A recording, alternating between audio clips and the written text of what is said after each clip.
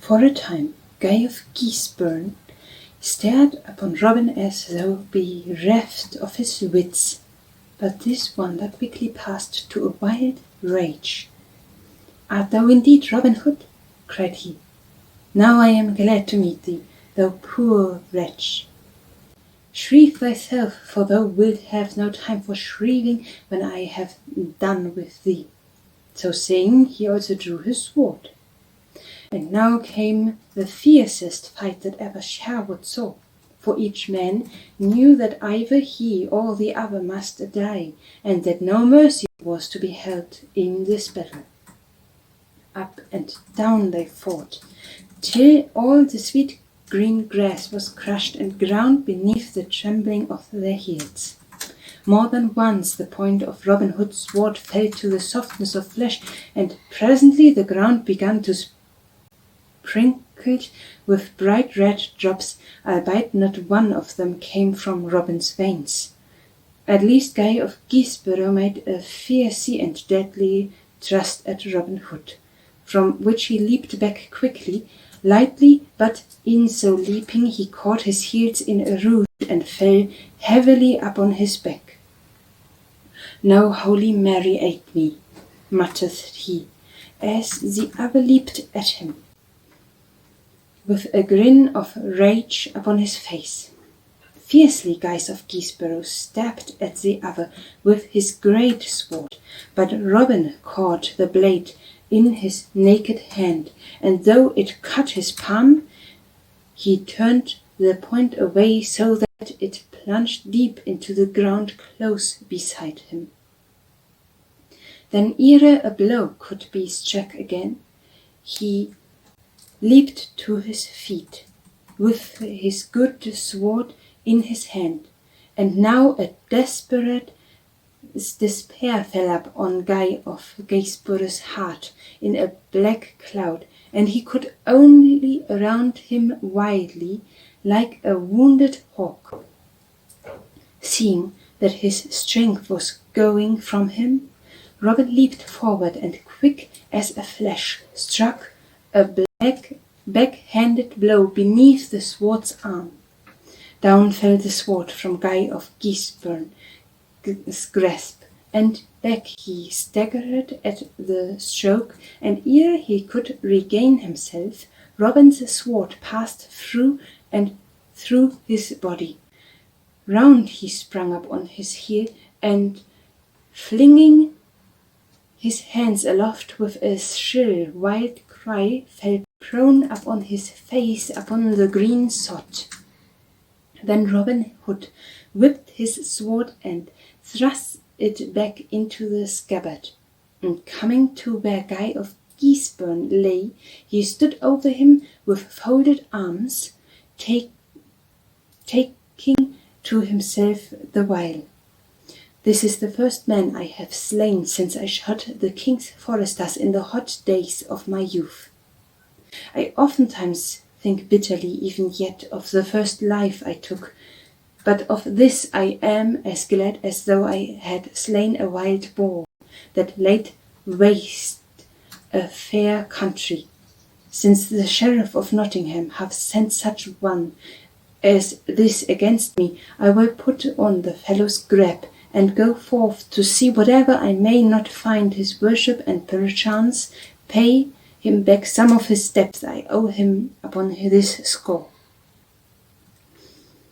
So saying, Robin Hood stripped the hairy garment from off the dead man and put them on himself, all bloody as they were.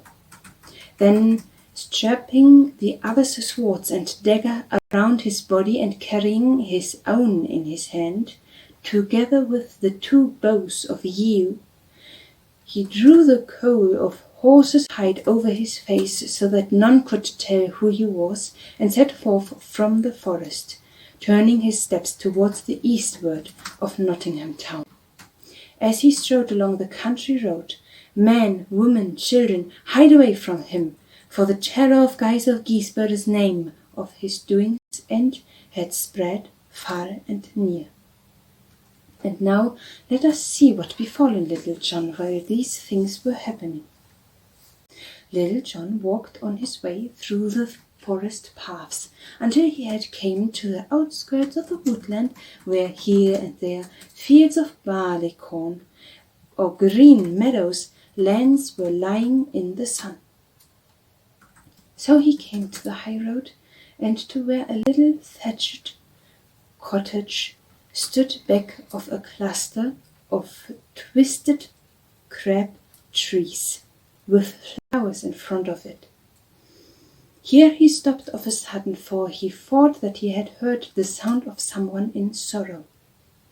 He listened and found that it came from the cottage, so, turning his footsteps thither, he pushed open the wicket and entered the place. There he saw a grey-haired dame sitting beside a cold, hard stone, rocking herself to and fro of weeping bitterly. Now little John had a tender heart for the sorrow of other folk. So, coming to the old woman and patting her kindly upon the shoulder, he spoke comforting words to her, bidding her cheer up and tell him her troubles, for that mayhap he might do something to ease them. At all this the good dame shook her head, but all the same his kind words did soothen her whatsoever, so after a while she told him all that bore upon her mind. That morning she had 3 as fair, tall sons beside her, as one could find in all Nottinghamshire, but that they were now taken from her, and were like to be hanged straightway, that want having come upon them. Her eldest boy had gone out the night before into the forest, and had slain a hide in the moonlight, that the king's rangers had followed the blood upon the grass until they had come to the cottage, and here they found the deer's meat in the cupboard.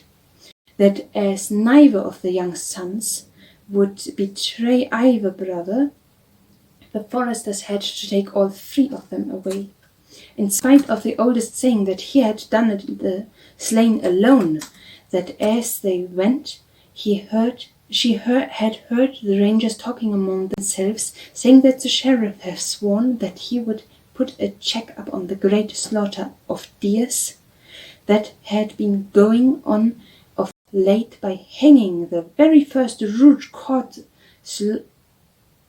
thread up on the nearest tree, and that they would take the 3 youths to the king's head inn near Nottingham town, where the sheriff was abide, that they there to await the return of a certain fellow he had sent into Sherwood to seek for Robin Hood. To all this Little John listened, shaking his head sadly now and then.